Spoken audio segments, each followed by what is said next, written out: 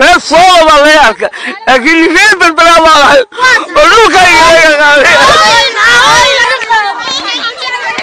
dadweynaha xaafadda wadajir ee magaalada Berbera oo isugu soo baxay xaafadaasi ayaa waxay ka hadleen dhul ay sheegeen in lagu haysto muwaadin muddo dheer deganaa dhulkaasi waxaana ay sheegeen ciidamada booliiska oo goobtaasi soo gaaray halkaasi ay ka rideen rasaas kala duwan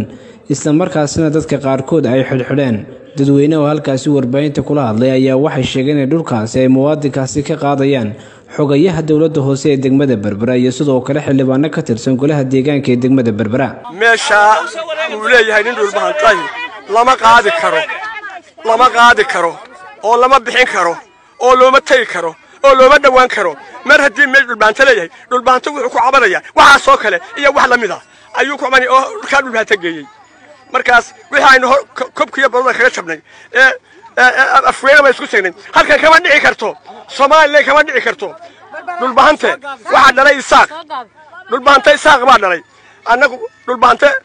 waxay karo ma ay karo Allah hadlaya maayirka Cabdishakuur waxaan ka codsanayaa inuu degdeg kiiska dhulka u soo farageliyo imika maati badan ba waxaan ku askarta gacanta u qaaday Cabdi Faarax halkaas kooyaya shicibkii way qiiroodeen way ooyeen asaguna halkaas kooma ku galay imika degdeg ula yaacnay waxaan ka codsanaynaa xildhibaan walbaan dooranaa markay leeyahay sida banaana anaga nagu soo doontaan markay kursigii koraana anaga oo loo yeeshan dhulkayga bay qaadaan sida Cabdi Faarax kale waxa ka codsanaya hoos loo soo eego kiiska Cabdi reer Berbera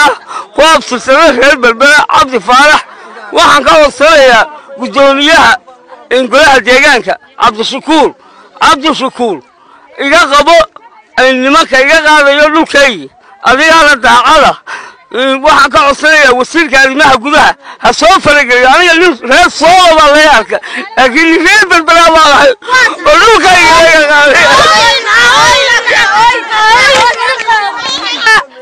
xoogaysi waa laga qaadayaa maynu dhulbaantay hay waa loo gaaday waa ka bartaaga shaqeeya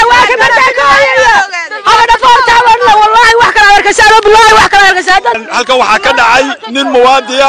oo 636 sano deganaa oo aabi ka dhaxlay ka dhaxlay oo maxay tahay warqadii dhaxalkoobta sita sharcigii sita oo intaasoo sano hadee maayo waraaqina ku yihiin ba maanta hadee maayo reer ahaan laga qaadayaa waxaanu leenahay ma dhici karto hadii inanka dhulbaanta waragteen annaga ka sokayna xildhibaan la hadlayaa xildhibaanada iyo xogayaha arinta hawsha dabada ka wada waxaan maayirka ka codsanayaa waxaan ka codsanayaa Cabdishakuur Cidin dadka jilicsan dadkeena ku dhex nool dadka maxay tahay masaakiinta odabaad u ahayd gudoomiyaha gobolka Saaxil barsaabka taliyaha qaybta duqa magaalada maamulka gobolka oo dhan heer degmiye heer qaran iyo heer degmaba heer gobol iyo heer degmaba heer qaran wasiirka arrimaha gudaha waxaan leenahay xogayahan iyo xildhibaanadan iyo sharci daradan Berbera ka socota wax ka qabo soo sano ayuu kula taagna sharci haysta ilmaha reer waxaan leeyahay ka daaya nin walba abtibaad leedahay nin walba qof aad dowratabaad leedahay waxaan idin leeyahay hadaa ka day weydaan wallahi baan nabad loogu seexanayn wallahi baan nabad loogu haysanayn wallahi baan nina toos u qaadanayn waxa inoo ballana ninkii nagu dhawri waayo